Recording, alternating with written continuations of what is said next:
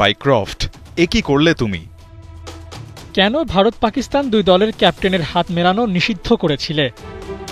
তুমি কি জানো না এতে পাকিস্তানের সম্মানহানি হয়েছে? আমার ভুল হয়ে গেছে, আমাকে ক্ষমা করে দিন। হ্যাঁ, ম্যাচ রেফারি অ্যান্ডি পাইক্রফটের সাথে ঠিক এমনই কথোপকথনের দাবি করছে পাকিস্তান ক্রিকেট বোর্ড, যে মিটিংয়ে পাইক্রফট নাকি তার মিসকমিউনিকেশনের জন্য ক্ষমা চেয়েছেন। কিন্তু ওয়েট, পাইক্রফট আসলেই ক্ষমা চেয়েছেন তো?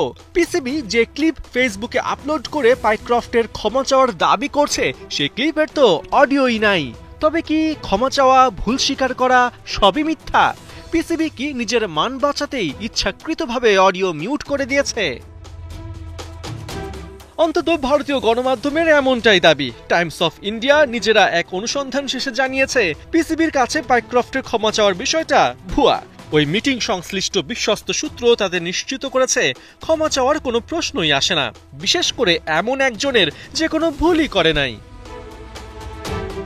এদিকে ক্রিকেট বিষয়ক ওয়েবসাইট ক্রিকবাজ জানিয়েছে, পাইক্রফটকে এশিয়া কাপ থেকে সরানোর জন্য 2 দফায় আইসিসিকে চিঠি দিয়েছিল পিসিবি। তবে পিসিবির এই দাবির বাইরেও আইসিসি নিজেরাও পুরো বিষয়টি তদন্ত করে দেখতে পেয়েছে।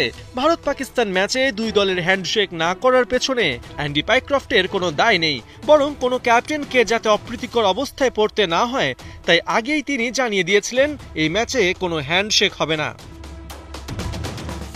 এদিকে অ্যান্ডি পাইক্রফট ম্যাচ রেফারি থাকাকালীন সংযুক্ত আরব আমিরাতের বিপক্ষে প্রথমে ম্যাচ খেলতে না চাওয়া এবং পরে ঠিকই সেই ম্যাচ খেলায় পাকিস্তানের ওপর চটেছেন সাবেক ভারতীয় ক্রিকেটার মুরালি কার্তিক। তার কথায় ইঙ্গিত, পাকিস্তান বিশাল আর্থিক জরিমানার ভয়েই পিছু হটেছে। পাকিস্তানের আচরণ একেবারেই শিশুসুলভ ছিল। আমি বলবো, যদি তুমি কোনো অবস্থান নিতে চাও তাহলে দয়া করে এগিয়ে যাও। প্রত্যেকের নিজের অবস্থানে অটল থাকা উচিত। অবশ্য এটা ঠিক, পাকিস্তান আরব আমিরাতের বিপক্ষে ম্যাচ না খেললে পিসিবিকে $16 মিলিয়ন ক্ষতিপূরণ দিতে হতো। হয়তো এই জন্যই তারা অবস্থান পাল্টেছে। বিভিন্ন গণমাধ্যমের খবর, ম্যাচের আগে অ্যান্ডি পাইক্রফট কেবল নিজের অবস্থান পরিষ্কার করেছে পিসিবির কাছে, আর নিজেদের মান বাঁচাতে পিসিবি সেটাকে ক্ষমা চেয়েছে বলে মার্কেটিং করেছে। তবে এটা ঠিক, এই ইস্যু এখনই ঠান্ডা হচ্ছে না।